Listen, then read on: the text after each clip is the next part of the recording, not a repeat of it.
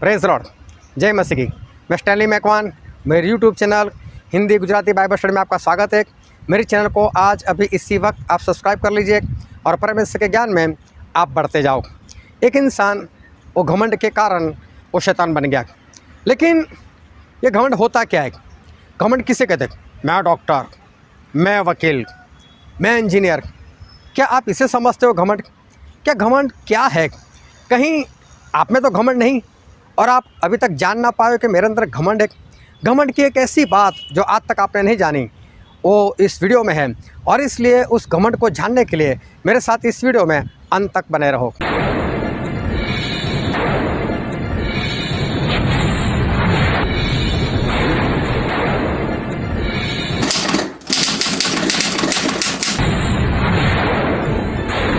एक सवाल आपको पूछना चाहता हूँ, उस सवाल का जवाब देना। शैतान को किसने बनाया? जोरों से बोलो। हाँ, शैतान को किसने बनाया? घमंड ने। और कोई? परमेश्वर ने। चलो दूसरा एक सवाल करता हूँ, क्या परमेश्वर शैतान बना सकते? परमेश्वर शैतान नहीं बना सकते। परमेश्वर ने एक पवित्र व्यक्ति को बनाया था और वो घमंड कर कर वो शैतान बन गया। शैतान अपने आप बनाया हो, परमेश्वर ने शैतान नहीं बनाया था। परमेश्वर ने एक पवित्र व्यक्ति को बनाया था और एक घमंड ने उसको शैतान बना दिया। तो हमारे परमेश्वर वो तो हमेशा अच्छी चीज़ वस्तु बनाते हैं, वो शैतान को नहीं बनाते। लेकिन जो शैतान जब वो पवित्र था तो उसको एक बार ऐसी सोच आ गई कि मैं भी परमेश्वर के जैसा बन जाऊं। और ये तो परमेश्वर खुद भी चाहते कि हम परमेश्वर के जैसे बन जाए। लेकिन परमेश्वर घमंडी नहीं है, परमेश्वर कैसे पवित्र है। तो परमेश्वर खुद चाहते कि जैसा मैं पवित्र हूँ वैसे आप भी सारे चाल चलन में पवित्र बनो। तो ये तो परमेश्वर भी चाहते। लेकिन ये जो चाहता था कि मैं परमेश्वर के समान बन जाऊँ, मतलब मैं परमेश्वर के समानता में और लोग मेरी आराधना करें। जैसे परमेश्वर की आराधना करते वैसे लोग मेरी आराधना करें और मेरा जो राज्यासन होगा वो भी परमेश्वर की समानता में, मतलब परमेश्वर के चरणों में बैठना नहीं चाहता था, परमेश्वर की समानता में बैठना चाहता था। तो ये परमेश्वर के समान होना कुछ अलग सी बात थी इसकी, और उसमें उसका घमंड था। और उस घमंड ने इस इंसान को शैतान बना दिया। तो घमंड एक ऐसी चीज़ है कि जो पवित्र लोग होते हैं उसको भी शैतान बना देता है। तो घमंड जो है वो बहुत भारी चीज़ है। लेकिन घमंड है क्या? घमंड हम किसको समझे कि घमंड है? जो डॉक्टर होता है वो ऐसा बोलता है मैं डॉक्टर हूँ, मतलब मैं ऐसा वैसा नहीं हूँ, घमंड से बोलता है मैं डॉक्टर। वकील वैसा समझ मैं वकील हूँ, मैं जज हूँ, मैं टीचर हूँ, मैं इंजीनियर हूँ। तो ये सारी बातें जो है वो एक घमंड की बात है कि अगर कोई इस तरह से बोले मैं हूँ एक, मैं ऐसा हूँ, तो उसको कहते हैं घमंड। और ये घमंड किसी के भी अंदर आसानी से दिखाई देता है और जो व्यक्ति के अंदर होता है उसको भी दिखाई देता है। लेकिन अगर घमंड हो और फिर भी ना दिखाई देता हो, ऐसा भी एक घमंड है कि जो घमंड इंसान के अंदर होता भी है और उसको दिखाई भी नहीं देता कि मेरे अंदर ये घमंड है। जैसे कि कई लोग हर संडे रेगुलर चर्च जाना, मतलब कोई संडे वो घर पर नहीं बैठते, हर संडे रेगुलर। और अगर उसके सामने कोई और आ जाए जिसको CNG विश्वासी बोलते। CNG का मतलब होता है, C मतलब क्रिसमस, N मतलब न्यू ईयर, G मतलब गुड फ्राइडे और CNG इंजन होता है, E मतलब ईस्टर संडे। ये 4 दिन साल में जो जाते हैं, क्रिसमस के दिन, न्यू ईयर के दिन, गुड फ्राइडे के दिन और ईस्टर के दिन, ये त्यौहार वाले मसीह लोग, तो जो हर रोज़ जाता है, मतलब हर संडे जाता है, वो ऐसों को देखकर ये तो सिर्फ त्यौहार पर आता है, उसको तुच्छ मानता है।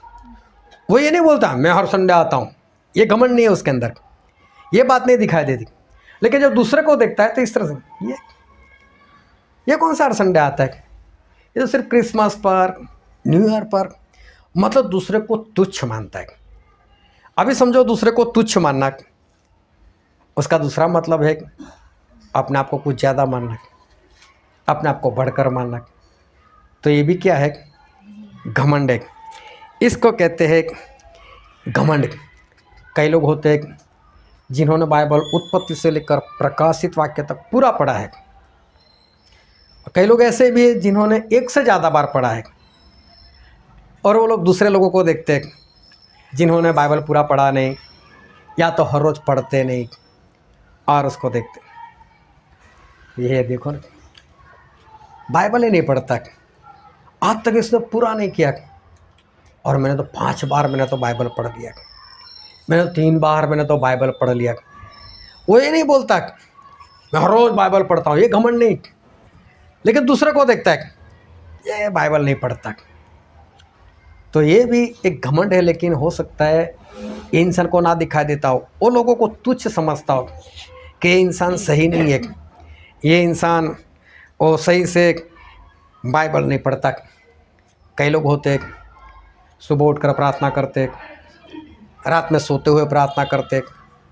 कई लोग तो ऐसे भी होते हैं जो आधी रात को उठकर प्रार्थना करते, लंबी लंबी प्रार्थना करते, सभी लोगों को याद कर कर कर प्रार्थना करते। और वो लोग ऐसे किसी को देखते कि जो प्रार्थना नहीं करते हैं तो दिन में 1-2 बार, वो भी 1-2 मिनट की प्रार्थना। क्या है इसकी प्रार्थना? वो ये नहीं बोलता देखो मेरी प्रार्थना, मैं इतनी प्रार्थना करता हूँ, ये घमंड नहीं है। लेकिन दूसरे को तुच्छ मानता है, इसकी तो प्रार्थना नहीं है, प्रार्थना वाला जीवन ही नहीं, उसको तुच्छ मानता है। तो ये भी एक घमंड है। कई लोग उपवास करते हैं, हफ्ते में 1 बार, हफ्ते में 2 बार, और कोई हर शुक्रवार को उपवास करता है, कोई बुधवार शुक्रवार उपवास करता है, और एक ऐसा है जैसा बोलता है मैं तो उपवास ही नहीं करता, या तो मुझसे उपवास ही नहीं होते। तो ऐसे लोगों को देखकर ऐसा ये ठीक नहीं है। इसको ये घमंड नहीं है देखो मैं हर हफ्ते उपवास करता हूँ, लेकिन ये क्या समझ, ये इससे तो उपवास ही नहीं होता, ये तो उपवास ही नहीं करता, उसको तुच्छ समझता है। और ये भी एक घमंड है। कई लोग होते हैं जो दान देते हैं, दशमांश देते हैं, और उनको ऐसा होता है कि मैं रेगुलर दान दे रहा हूँ, दशमांश दे रहा हूँ। और दूसरा ऐसा है कि जो नहीं दे रहा है, तो इसको ये घमंड नहीं मैं देता हूँ, लेकिन उस सामने वाले को तुच्छ मानता है, ये नहीं देता है। और ये नहीं देता मतलब ये मेरे से तो काफ़ी लो लेवल का इंसान है, मैं दूसरे को वो तुच्छ मानता है। तो ये भी एक घमंड है। और लूका में ऐसा लिखा है, लूका रचित सुसमाचार इसका 18 अध्याय और 9 से लेकर 14 पढ़ो तो। उसने उनसे जो अपने ऊपर भरोसा रखते थे कि हम धर्मी हैं और दूसरों को तुच्छ जानते थे, यह दृष्टांत कहा। 2 मनुष्य मंदिर में प्रार्थना करने के लिए गए, एक फरीसी था और दूसरा चुंगी लेने वाला। फरीसी खड़ा होकर अपने मन में यूँ प्रार्थना करने लगा, हे परमेश्वर, मैं तेरा धन्यवाद करता हूँ कि मैं दूसरे मनुष्यों के समान अंधेर करने वाला, अन्यायी और व्यभिचारी नहीं, और न इस चुंगी लेने वाले के समान हूँ। मैं सप्ताह में 2 बार उपवास रखता हूँ, मैं अपनी सब कमाई का 10वां अंश भी देता हूँ। परंतु चुंगी लेने वाले ने दूर खड़े होकर स्वर्ग की ओर आंखें उठाना भी न चाहा, वरन अपनी छाती पीट पीट कर कहा, हे परमेश्वर, मुझ पापी पर दया कर। मैं तुमसे कहता हूँ कि वह दूसरा नहीं, परंतु यही मनुष्य धर्मी ठहराया जाकर अपने घर गया, क्योंकि जो कोई अपने आप को बड़ा बनाएगा वह छोटा किया जाएगा, और जो अपने आप को छोटा बनाएगा वह बड़ा किया जाएगा। हालेलुया। जो अपने आप को बड़ा ठहराता है उसको छोटा किया जाएगा, और जो छोटा है उसको बड़ा किया जाएगा। लेकिन 9 वचन एक बार फिर से पढ़ो उसका।